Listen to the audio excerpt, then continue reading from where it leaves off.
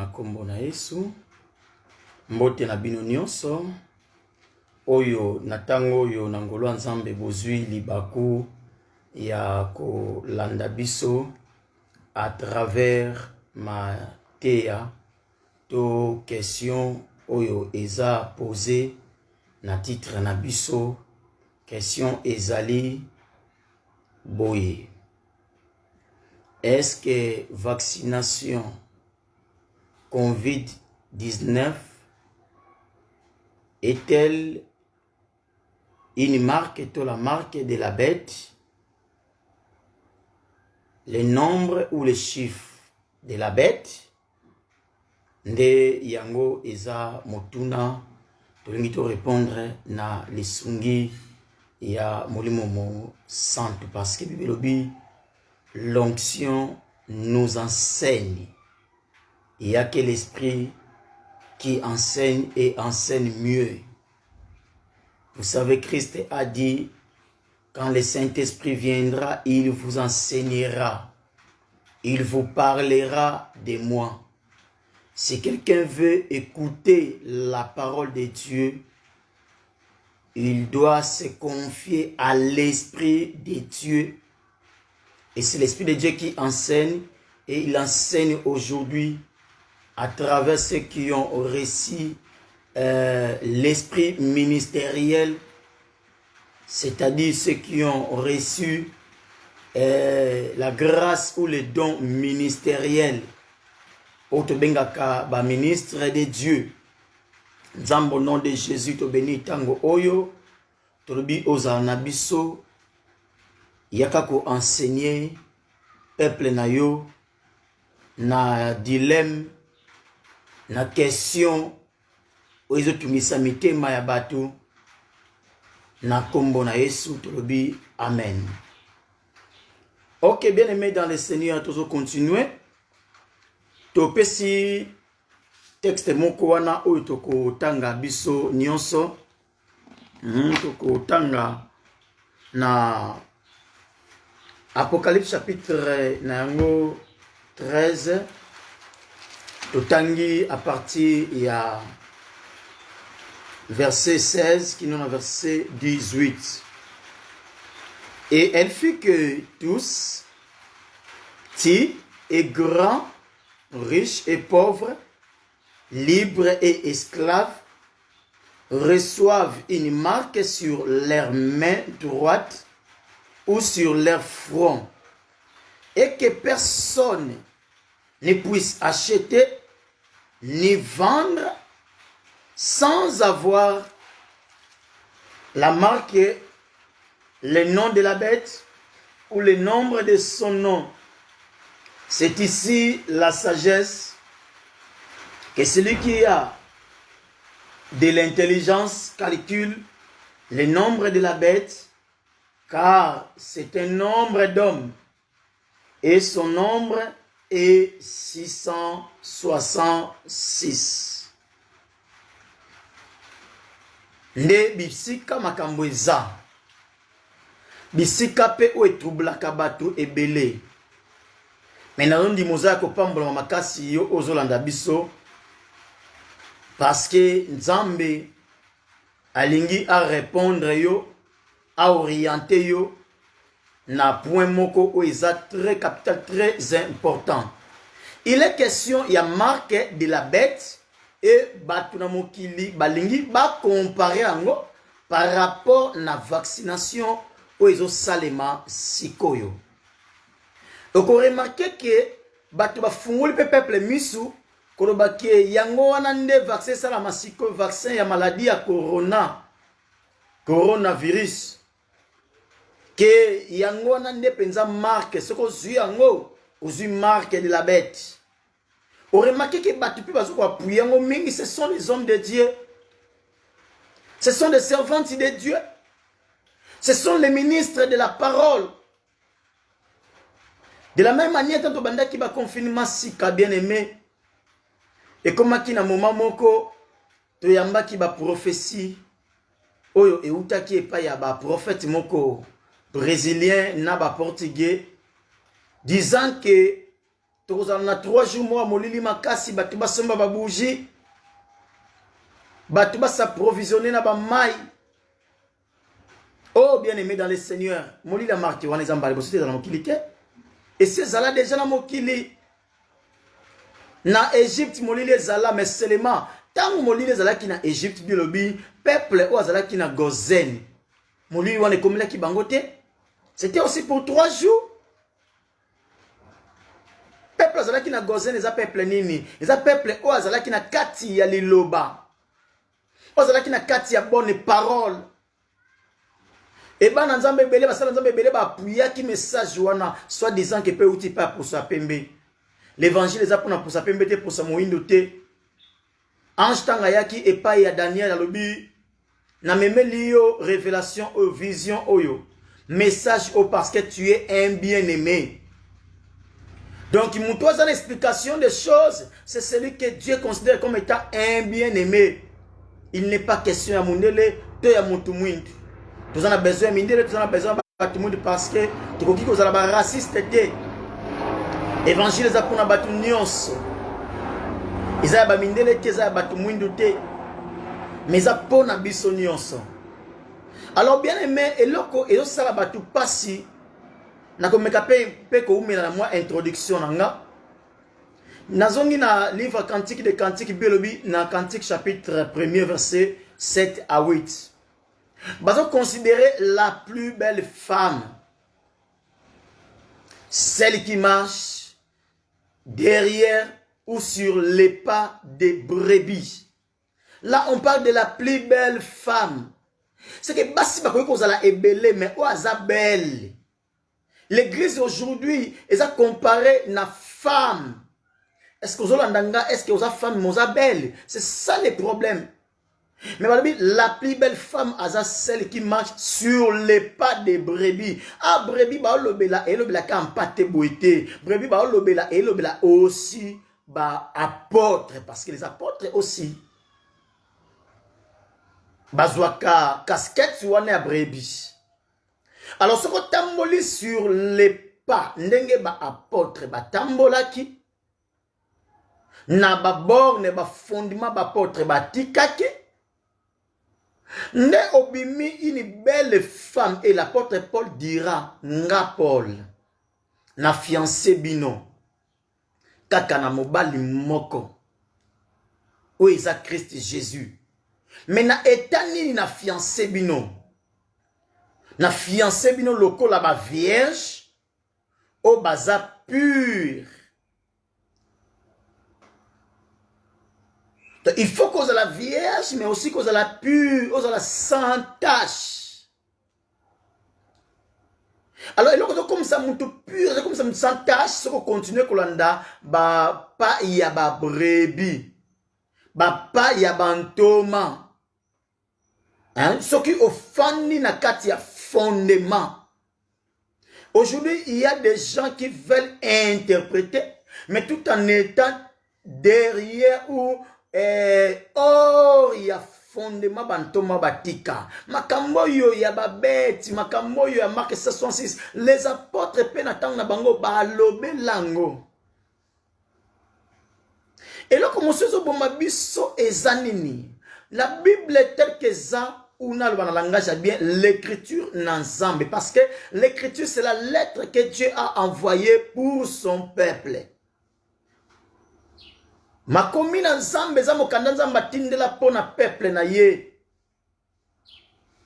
Yo oyo ndimelaka Christ Jésus comme ton Seigneur et sauveur comme peuple na nzambe. Dans le temps peuple nzambe zalaka peuple Israël. Mais à l'heure où nous sommes aujourd'hui, peuple nzambe eza bay oba ndimela Christ Jésus ngalobaki na Marie na ba frère na bino mama nanga ba frère nanga eza ba nyonso bazoyoka maloba na nzambe pe bazoto sango très important. OK bien aimé Bible eza ba langage to benga ka figuré. Langage figuré ça ba langage moko terrestre. C'est-à-dire nazo ngana enseigner mutu likambo na zimbi kombo ya eloko. Na memi par exemple na biso batu mwindu. Moi balobi nzoko alembaka minu na ete nzoko aza nyama oto yebi. Mais en parlant de nzoko, bazolinga te balobela penza nzoko lokola éléphant, mais bazolobela mama ko kolemba bana te. Vous avez un langage figuré? Bazoloba ke linzanza ebonga na langi. Koke nous allons linzanza te pakulango couleur pour le baké yango balobi bo non te. Balingi baloba ke mwasi abonga na mobali, mobali abonga na mwasi. Vous voyez un peu ba terme wana. Alors Bible peut aussi avoir ba terme moko figuré mingi. Et par exemple Christ Jésus aye azoloba ke temple Bobu Kango, si ma 3 jours, n'a ko rebâtir ango, n'a ko tongango. Et en disant cela, et comme si ba pharisé, comme si ba juif, comme si ba tunions, balobi azanani. Oya ko la mesia ko tonga temple o na 3 jours. Temple o ezo bato batongango plus de 46 ans. Bible binzo kande on le temple mais il parlait de son corps. Donc Christ a utilisé corps na ye loko la temple. Donc tant que ka moi temple boy obungi. Ayebisi ba ye kolina ye bokeba. Apekisi bango les vins ya ba pharisiens pe ya ba sadducéens. Baye koli bakanisi ki azopekisa bango lipa ba pharisien pe na ya ba sadducéen. Nzoka na suka aye kufungula bango koloba ete il était question ya kokebisa bango na enseignement ya ba pharisien pe ya ba sadducéen. Donc au labo la kaka enseignement m'a utilisé le terme levain. Alors Matthieu chapitre 13, to komeli bisongo wana, et le bina biso bona verset 10e minango, ba yekoli ba s'approcher pour battu na Jésus. Mais pourquoi on a toujours une tendance à kolobela bango na parabole? Ko cacher la kabango makambo. Alors bino eza réservé pour na bino royaume des cieux, mais pour na bangote. Donc ceux qui m'ont eu explication azu explication ya royaume te. Ce qui m'a dit na kati ya parabole na kati ya ombre. Mutu wana za privé na royaume. Parce que na royaume tout le monde les 10 vierges. 5 bazalaki sage, bazalaki na minda et bazalaki na mafuta. Ils avaient la parole et son interprétation. C'est ça qu'on appelle la parole prophétique. Mais ceux qui n'avaient que la parole, rien que la parole, bazalaki na beaucoup de difficultés, yakobika. Tant bazalaki interprétation, et ça li ke batika la kina et la lobeli musus to lobelaka, bazalaki na parole, mais bazalaki na vie à parole te. Donc bande ko mener vie na bango selon la parole te ko la pambola ndeko Guillaume, vraiment moninga nga malamu. Bien-aimé dans le Seigneur, commentez bobenga batebele bakota balanda problème oyo tumisa batu mingi. Baozo wa message na WhatsApp, baozo ngona ba télévision, baozo ngbipa ne bipai. Mais on dit maké, nzamba opesa biso réponse to opesa na peuple pendant quelques 30 à 40 minutes. Oui, bien-aimé dans le Seigneur. Ce qui nzamba pesio explication makamba lingio. Ce qui nzamba révèle makambo eza caché à lingio. Netika sikotokota na likambo na biso. O bazo benga COVID-19. Otolo bela awa vaccin ya COVID-19. Est-ce que yango les a marqué 66? C'est que vaccin to yebi déjà. Vaccin a produit ou ils ont combattre virus mobo songolo. Alors virus to benga ya COVID-19 to ya coronavirus. Eza maladie moko boye. Oh, jusque là, tout ça na souksi moko, balobi na bisa souksi moko yo Asie. C'est-à-dire euti na Asie. Et ko uta na Asie principalement na mboka ya Chine. Jusque là ba recherche ko ndiko salema po ba yeba fonti nango eza nini. Baye ba cause nango ezanini. Jusque là ba cause ils la pousser, ils ont une stabilité.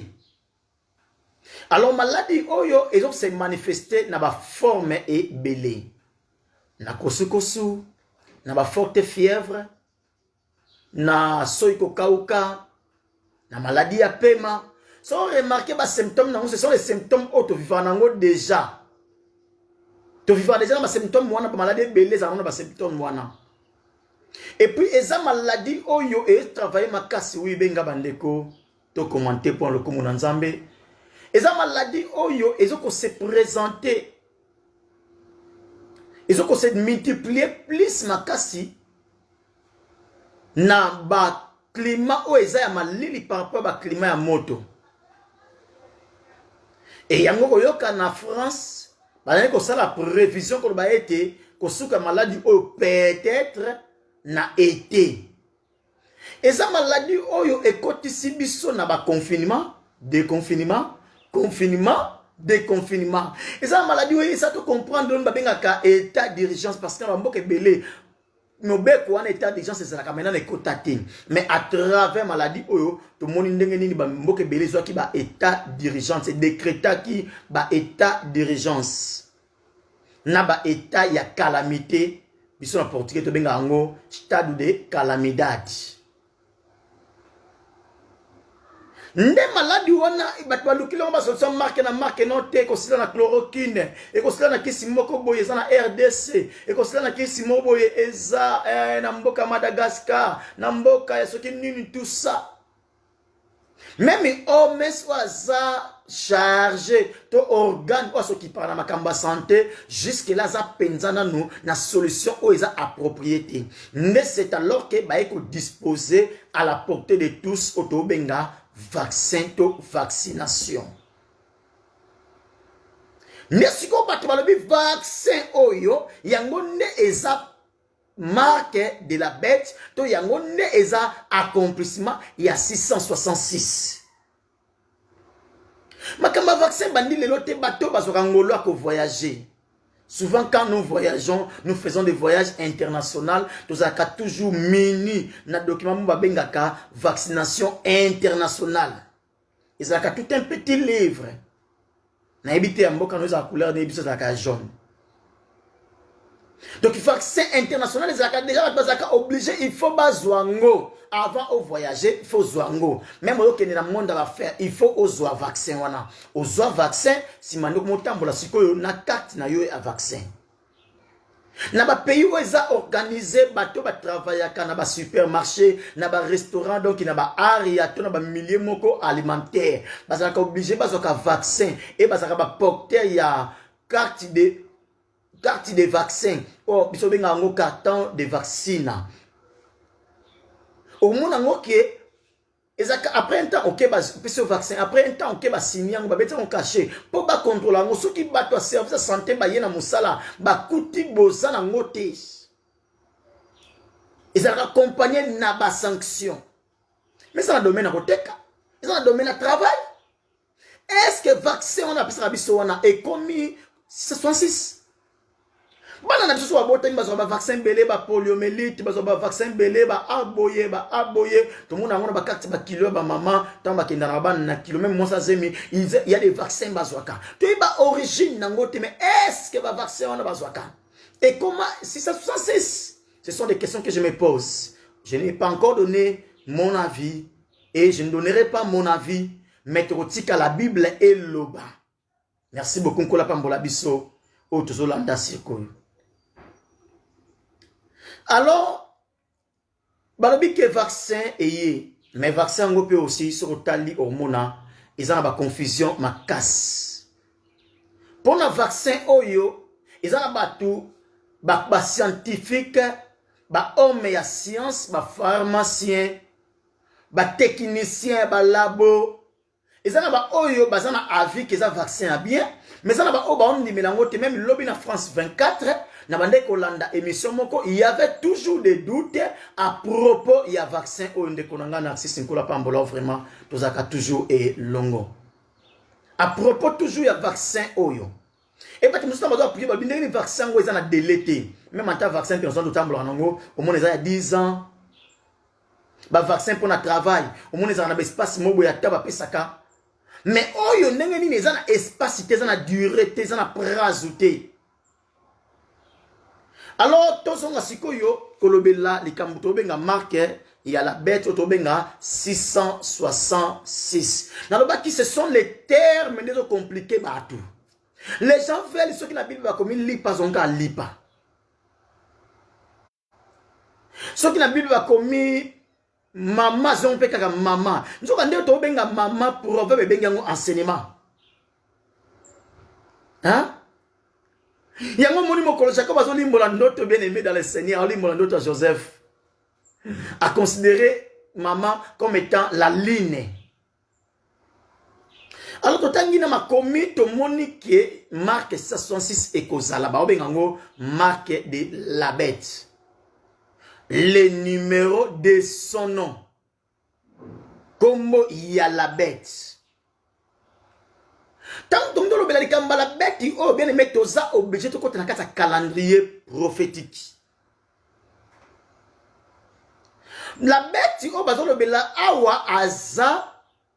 Oyo Daniel a dans Daniel chapitre 9, le verset 27. Na comment qui a noté na likolo, ce qui au Komango ils encore malam.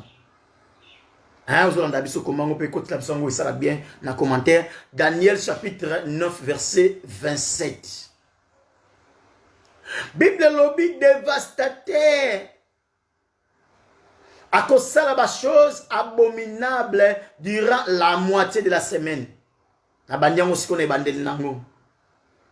Bible lobby, il fera une solide alliance avec plusieurs et pendant une semaine. Ici, quand on parle d'une semaine, il est question, il y a dernière semaine, il y a Daniel, mais précisément des semaines, Daniel était passé, Bible lobby, 70 semaines, où ils allaient, où Pessamaki, pour le peuple, il y a Daniel. Le peuple Daniel, c'est le peuple juif. Et pour la ville sainte, c'est la ville de Jérusalem. Merci beaucoup, bien-aimé Narcisse. La ville, il y a Jérusalem. Alors, 70 semaines, Pessamaki, et 69 semaines, et l'équipe déjà. Non, c'est l'équipe Nathan Oyo. Par rapport, il y a écriture, il y a Daniel. Tant que commis la dernière semaine, tout le monde qui dit que 69 semaines, l'équipe, et une semaine, mais c'est une semaine des années. Pourquoi? Parce que les 70 semaines, hein, on n'a pas de flamand comprendre, biso. Tout le pas ya belge, la formation ba belge. Ba 70 semaines. Alors, balobi qui 70 semaines et où takina 70 années il y a esclavage, il y a déportation, Jérémie à Sakolaka. Nous ne serons pas en mesure, il y a que ceux qui ça entretien oyote, débat oyoto, réponse, droit à la réponse, ou l'élote méthode qui est étape par étape. Alors, le coup la qui na déportation il y a 70 ans, ne pour na ngolu, pour na restauration, ne pour na benga lisiko. Il a fallu nous en battre 70 semaines. Donc 70 semaines dans les années. N'oubliez pas, na Mokanda nombre chapitre 14, si je ne m'abuse pas. Nzambaloba qui était beaucoup compter 1 an égale 1 jour. Donc 1 jour égale 1 an. 40 jours balinga bazwa ngolu pour bakota mbala moko na kana lokola ba raté ngo nzambe apini bango pendant 40 ans na des heures. Sikoyo marque de la bête oyo autre benga la bête c'est lui le dévastateur. Donc Satan à cause de faire le col à un homme, à cause de place y a qui moto. De la même manière, l'esprit s'est fait chair, de la même manière aussi Satan à cause de faire chair, à cause de la penzan zoto. Mais à cause de la zoto n'a pas forme mi balé. Satan zaka yemoko, mais à cause de la zoto n'a pas forme mi balé.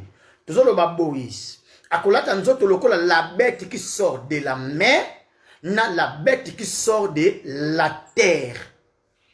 La bête qui sort de la mer, Yende akozuta epa yaba nation parce que la mer selon Apocalypse chapitre 17 verset 15 ils ont que la mer tous les eaux ils ont représenté les nations. Ne akozala homme politique ou ako diriger politique na nouvel ordre mondial pour tozalaka na mokonzi moko. Lelo o batela kabiso na oni izakaka image ombre. Mais réalité nango asole koya yango moni ya oni pe azakane ma poa mingité par rapport à la guerre par rapport à la conflit sur les kanaba mboka. Mais na tawana akozala na impact. O bazo tia loko la homme politique o ezala aussi dans le passé. Na empire babylonien tout le monde a Nebuchadnezzar azalaka. Tout le monde a aussi l'empire médo-perse, tout le monde peut aussi l'empire grec et tout le monde peut aussi l'empire romain. Yango moni tous les quatre royaumes natangiwana et représentaka aussi l'antichrist la bête parce que bah marque il y a la bête. Aussi il faut placer la bête. Nous ne les plaçons pas au temps de l'église. Nathan où l'église a sur la tête au placer la bêtité. Parce que apôtre Paul, alobaki nabiso kola pambolandeko na mabele ya Grèce. Alobaki nabiso boye été. Il faut apparaître à son temps. C'est que la bête a comme on a temps na yebabi l'impie agit déjà. Mais c'est qui le retient. Donc, loko la quoi apparaître na temps na yetan o eza yete. Il est retenu la présence il y a épouse. Il est retenu la présence il y a moisi. Tant que église dans la terre awa. Et dévastation to abomination. Oyo la bête balobe la eko salama la totalité dans ngote. Et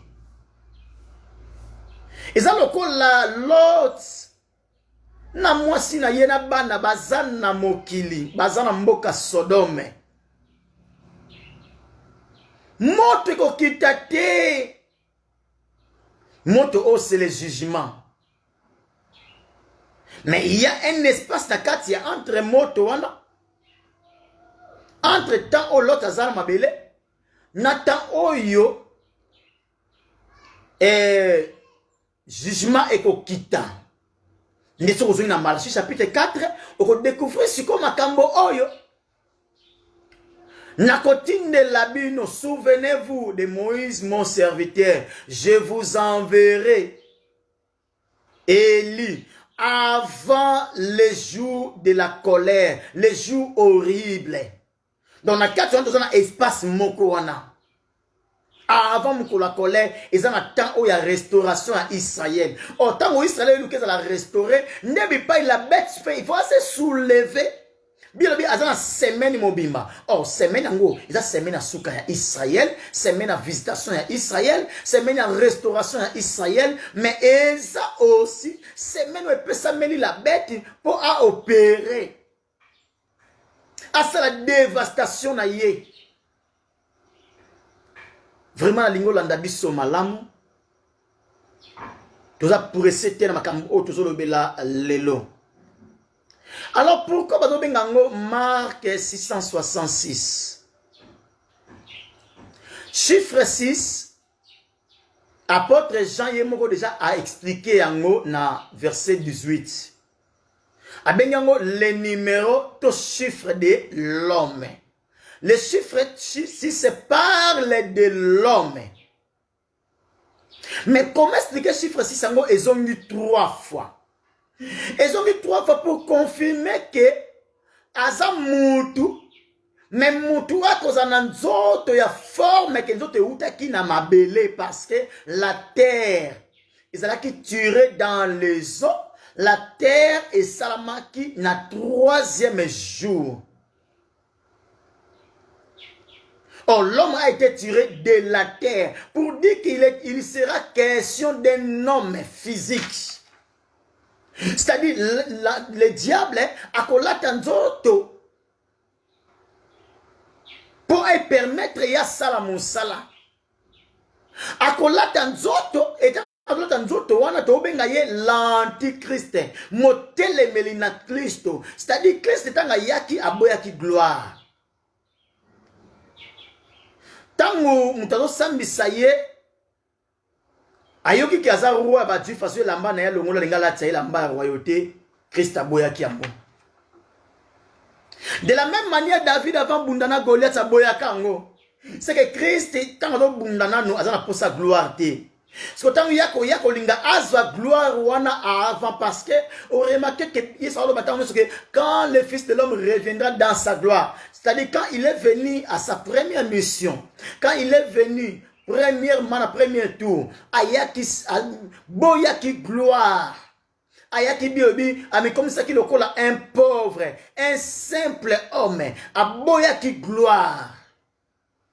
Ce que l'Antichrist a besoin de gloire te expliquer en gros. Et on remarque que quand Christ est venu na chair, ne permettre et le diable peut pas gagner batebele, il faut Allah tanzoto pour gagner batebele. Alors oyo bima na la mer nde yango na to benga homme politique, mais oyo ko bima na la terre ils ont représenté Israël.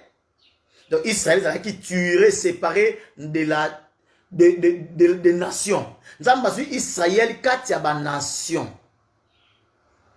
Zambazu Israël parmi les nations. Or ceux qui la mer, ils ont représenté les nations. Or ce qu'on zambazu qui la terre, abimisa on a katina mai. Nde ici la terre représente Israël. Tu comprendre que bête ozo bimana terre nde oyo siko nde ako zalawana pona kote ya kakola kisabatu ko convaincre batu bandimela bakumisa homme politique wanto obenga antichrist. Donc bimina terre jusqu'au image il y a le faux prophète. Je crois te comprendre le pourquoi il y a 666. Oui, il s'est dit que ce qui est une photo, ce qui est un chapeau, il y a pape, bah mon rappelle aussi écriture moi comment mawana na latin, bah comment on nini Vicarius Filidei, Vicarius Filidei. Oyo et la qui si était tant batangi yango, bah mon a aussi 666. Au Vicarius Filidei, les remplaça de fils de l'homme. Et ça image déjà qu'on l'a qui s'habille, ça image maintenant on que pape ndeye mutu à cause de la bête non bonté. Mais ça ka image, ça ka ombre. Pour la Bible lobby et pas dans Daniel que un ou un sera retranché et il n'y aura point de successeur. Au Babenga, c'est lui le Messie. À cause de la retranchée, peut successeur à cause de la thé. Il n'y aura pas de successeur. Ce que l'on n'est pas Messie, à cause de la successeur thé. Ce qui me dit comme si successeur à Christ, a comme une balamoko antichrist. Pour Christ, on a successeur na yete. Qui va succéder, succéder là qui remplaçant na ye. Biso basa nous avons à Christ, mais nous ne sommes pas des remplaçants de Jésus. Nous représentons et non pas nous remplaçons Jésus. Si tu trouves auprès de toi dans une église un homme de Dieu qui remplace Jésus. Il est contre Jésus parce que l'anti là qui est contre Jésus. Tandis que Antéchrist est là que ça, c'est lui qui vient avant Jésus. C'est lui qui vient avant les temps. Anté. Tandis que Anté là qui soit contre, osa monter le Melichristo. Alors Antichrist ça doit pas tel le Melichristo. Si comme on benga c'est son nom. La nama bengango c'est son nom. Alléluia. Oh, Bible pas mi balem ça va sangani au nom de Jésus. Yesu masi azakati na bango. Mais nous quand Apocalypse biso boyeke bakomaki na mupende combo et comme bakomaki c'était la parole. Donc combo ya Jésus c'est la parole. Mais si le nom de Jésus c'est la parole, le nom de la bête également c'est la parole. C'est la parole. Quand on parle de 566, on voit la parole. On ne voit rien d'autre que la parole. Terme on a marqué. Et compliqué, s'il vous plaît. Et compliqué, terme à la marque. C'est-à-dire, que 566, ce n'est que la parole. Tu démontres rien qui n'a pas vexé la pression sur notre déjà. Au monde. Au monde. Très important, bien aimé dans le Seigneur. Alors, Bible dit que la marque. La marque. La marque. Le nom de la bête. Ou le nombre de son nom. Le nom de la bête. Oh, comme voyez sur le coup, la parole. Le diable peut comme on a fait la parole. Mais ce n'est pas la parole qui sauve. Ce n'est pas la parole de notre Dieu. Amen. Amen. Mot 666 est outil le loté. Totanga on a makomi. C'est ça. Et outil le loté. Na 1 roi chapitre nango 10 verset 13. Totanga. 1 roi chapitre 10. Le verset 13e. Bible bénini 13 à 14. La sepela katanga zawana okomi pe vexa muswana sala bien makasi yeto komaki verset mususu tozaki nango wana mutu mususu tanga otanga la vidéo boye tamsa susu tanga otaba vexa likolo te mais na ba commentaire azomona déjà et ça la kamala mo mingi ba j'aime continuer vraiment totinda ba lien obi pa mususu batu bazwa lumière ya écriture ce qui bato ba bi parole makasi chaque fois batera tokumisa mara tokumisa nzambe pe to pambola maka bazolanda. Le verset 13, Bible Biboye. Le roi Salomon donna à la reine de Séba tout ce qu'elle désira, ce qu'elle demanda et lui fit en outre des présents dignes d'un roi, tel que Salomon. Puis, elle s'en retourna, tout ça, verset 13, verset 14. Le poids de l'or qui arrivait à Salomon chaque année était de 666 talents d'or. Hein? Le poids de l'or, où est qu'on revenir et pas na Salomon chaque année. Et là il y a 666 talents d'or. C'est que Marc, comme moi 166 est bandé pas à la bêtité. C'est un imitateur, le diable c'est un imitateur, il imite les choses. Déjà, roi Salomon au Christ, Azakapé aussi Salomon bien-aimé. Yo quand il bâtiment, t'as besoin fils de David, t'as besoin. Quand ça besoin Salomon, parce que c'est lui le prince de la paix. C'est Salomon qui a amené, qui a instauré la paix dans Katamboka. C'est Salomon qui a mis fin à Bitumba.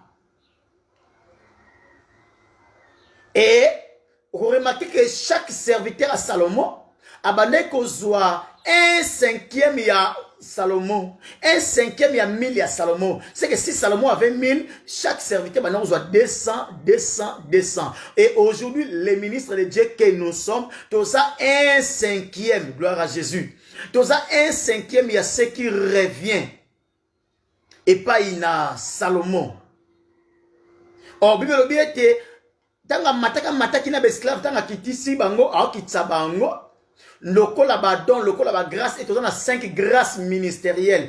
Les 5 grâces ministérielles, c'est ce qui forment les ministères. Entre les ministères au singulier. Pierre le dit, boti kabiso, tout ça taché na prière et na ministère il y a la parole.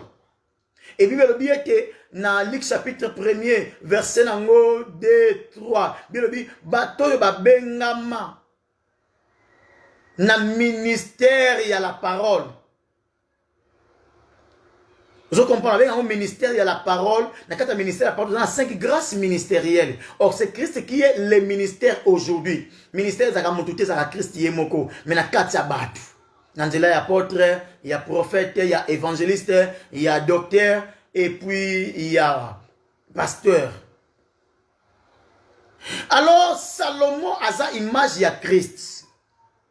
Salomon a 666 talents. Pourquoi on a 666 talents? Il y a or. On parle de l'or. Or, tant qu'on veut la or est représentant la gloire. L'or parle de la gloire, parle aussi de la divinité. Donc la gloire ou mérita qui nango ou bonga qui nango bazo peut ça y est annuellement 666 talents d'or. Pour dire que la bête pas linga sale la combo oyo, alinga sale la marque oyo, alinga sale la chiffre oyo, ezali kambo ya gloire, azwa gloire à Christ avant le temps. C'est ça Adonija. Adonija qui là ta écouté qui me conduit avant le temps. Il y a beaucoup de mokonzi, il y a mokonzi et zanango Salomon, mais il y a l'actango avant le temps. Alléluia. Tout le monde a Salomon peut askenda ba peut ça y est on est qui mokonzi avant le temps. Alors précédé Salomon. Alors précédé Salomon. Tandis que mokonzi ça pour Salomon. Salomon a cause de mokonzi pour à côté sa kimia. Et de la même manière aussi la bête azolinga azwayango avant le temps. Bible biete oyo s'oppose à tout ce qu'on appelle Dieu. Il se fera lui-même Dieu. Pourquoi? Parce que l'or parle de la divinité. Donc, antique, ça a commis comme sans-zambe. Il va dire à commettre des actes les plus abominables. À commettre des actes il y a abomination, il y a ma casse. Quand on parle de l'abomination, on voit les sacrilèges, il y a ma kamwanzambe. Quand on parle de l'abomination, on voit les sabotages. Il y a makambo ensemble, il y a biloko ya nzambe, il y a ndako na nzambe. Mutu soka amikome saka nzambe. Mutu soka saka babenga nzambe. Mutu soka ba komisaka ye ba fukamelaka ye. Bien aimé, c'est très dangereux. Alors déjà on capte abomination. Et je crois par rapport à notre temps, on doit mettre un point virgule awa. Mais ce n'est pas parce que nous dit que la bête, s'il faut te classer dans le calendrier prophétique, donc tu as la dernière semaine, il y a Daniel. Mais Daniel, il peut être dans le Bible, na moitié. Au milieu, il y a moitié de semaine. Dans la dernière semaine, mais la dernière semaine, a divisé en deux. Petite tribulation, la grande tribulation, nous comprenons le langage. Dernière semaine, ils ont divisé en deux, la première moitié, la deuxième moitié. Donc la première moitié, ma caméra est un peu normal, dans le bas. Mais la deuxième moitié, de ce qu'on est placé, dévastation, il y a ma casse, c'est ça, par rapport, il y a pensée, il y a Daniel. Mais la ligne, le baboye, que, ils ont dit que la Tanwana. Les lots déjà bilembango et zomonana, mais zomonana comme étant un mystère. Par exemple, la dernière semaine, la deuxième moitié, nous avons la grande tribulation. Quand on parle de la grande tribulation, c'est que vous avez aussi la petite tribulation. Or, par le mot tribulation, on voit la souffrance. Est-ce que la souffrance est exacte? Et tribulation, on voit aussi le feu, parce que le feu parle aussi de la tribulation, parle aussi de la souffrance. Mais si on a les solos, il y a Shadrach, Meshach, Abednego. Tout le monde a que, tangu baboy ko gumba mela ekeko, la fois prochaine. Tangu baboy ko to sa trompette beti, po ba gumba mela bandi mela ekeko oyo basalaki Nebuchadnezzar, et qu'on appelle ça aussi la bête, ça s'appelle aussi l'antichrist. Ne Bible lobi moto ezalaki déjà mais bakeko chauffango 7 fois. Hein, awanazana mokanda ya Daniel chapitre 3e. Mais lobi bakeko chauffer moto wana 7 fois. Merci pour le comme ça comme déjà. Bakeko chauffer moto wana 7 fois. Pour dire que le fait existait. La tribulation existait. La souffrance existait. Paul a dit que la souffrance à siècle et qu'on a la gloire à venir. C'est que souffrance est ça. Tribulation pesa. Mais souffrance à temps oyo. Tribulation à temps oyo. Merci beaucoup ma sœur Maka. Vraiment on s'y attend aussi ça. Ozongi na on est bandeli au simple Maka c'est mamito le bela awa. Souffrance à temps oyo et qu'on qualité na souffrance oyo eko ya et qu'on qualité. Donc pour dire que la souffrance c'est ça, tribulation est ça. Mais il faut que souffrance soit multipliée pendant 7 fois. C'est ça la grande tribulation. Donc les souffrance c'est ça. Les bilembo la bête tozo monango. Tozo mona bilembo mais et ça na totalité tes. Alors mi bate là mi kebisa. Pour na makambo ko ya na sima. Pour les lopeza moto exista qui nango déjà avant.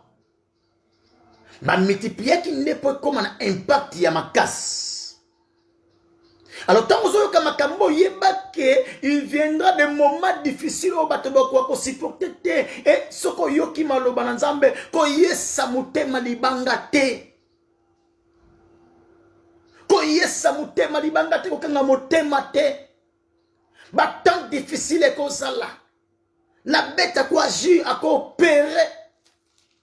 Et cause de la facilité, Matthieu 24 lobby, ceux qui nous ont réduit ça quitter, ceux qui nous ont abrégé, même ba Eli, pour qu'on succombe. Ndenge mokilelo tambola. Tolobaka boina herméneutique approfondie. La première critique de Dieu, c'est la nature, le monde. Et Christ a dit, est-ce que la nature même ne vous enseigne-t-elle pas? Est-ce que la nature doit enseigner binoté? Il faut que la nature enseigne biso. Merci beaucoup, bien-aimé Narcisse. Daniel chapitre 3, verset 19. Nature doit enseigner binoté. Il faut que la nature nous enseigne. Makambo tout le monde comme bangisa wana noté ayeboye tel kambo la kisibo mais est-ce que tu corriger biso tout quelqu'un na aspect wana on a le bitika nzamba lo to sambelaka o atindeli liloba oyo o atindeli explication oyo o atindeli introduction o ce n'est qu'une introduction dans ton quotidien azwa soin na yo abati no ba moment difficile ekoya o pengwate oza succombé. Nazo yebisa te soki na mai na Eden nzamba tiaki fleuve moko wana Eden ezalaki nde pona ko arroser. Pona ko arroser jardin en fait que jardin et connaître ses chérесses. Et na yé loko la arrosoir. On s'en nzamba ça rappelle aussi un arrosoir. Paul a le biete Barnabas alonaki muso yé abongisi et muso yé arroser. Na yeko arrosé po oko na sécheresse te sécheresse to le bladon awa eza oko na séduction te tikanzamba bikso maladie so tungisa manango tikanzamba kota bitumba nyoso elekela yo bitumba oyo mozo ko kubunda te makambo ile komi ile difficile osomona nzela ko bimate menzamba zana nzela ko bimisa yo na bitikanzamba kangolo na ba problème nyons o ekangaki yo baleno se telemela vina yo ekatana ekweya wumela na kata lumière à parole ensemble bebi mekata na passe na mwa bela kinza nzamba tindaki d'abord la parole na bi parole nzamba tindi e bi ki saona molimo pe bi ki saona nzoto e bi ki sao psychologiquement e bi ki sao matériellement e bi ki sao financièrement au nom de Jésus bikabola mwanzambe tolingi bino mingi. C'était votre serviteur le prophète Jérémie Tsakanda à partir de Luanda. Tous nos contacts eza wana kutana na biso sola na biso ozanga teko sungama na kombo na Yesu. Ciao, merci na basala nzambe o basala musai longo nga en ligne kolo nzamba pambola bino amona bino. Merci na bino so na biso na kati ya groupe ya étude biblique kuna ndebi pate yo kula soma kambo na franchise Nyons olingi to kotuna kati ya groupe étude biblique. Il suffit na numéro to komi wana ya plus de 144 949 44 47 47 tini la biso message à partir à WhatsApp to ko tuna kati ya groupe ya étude biblique kuna oko apprendre encore makambo ebele parce que kuna to étudier kapenza calendrier prophétique na mozindo nango et kuna to bila toujours makambo na caractère moko prophétique kolonzambe apambola biso.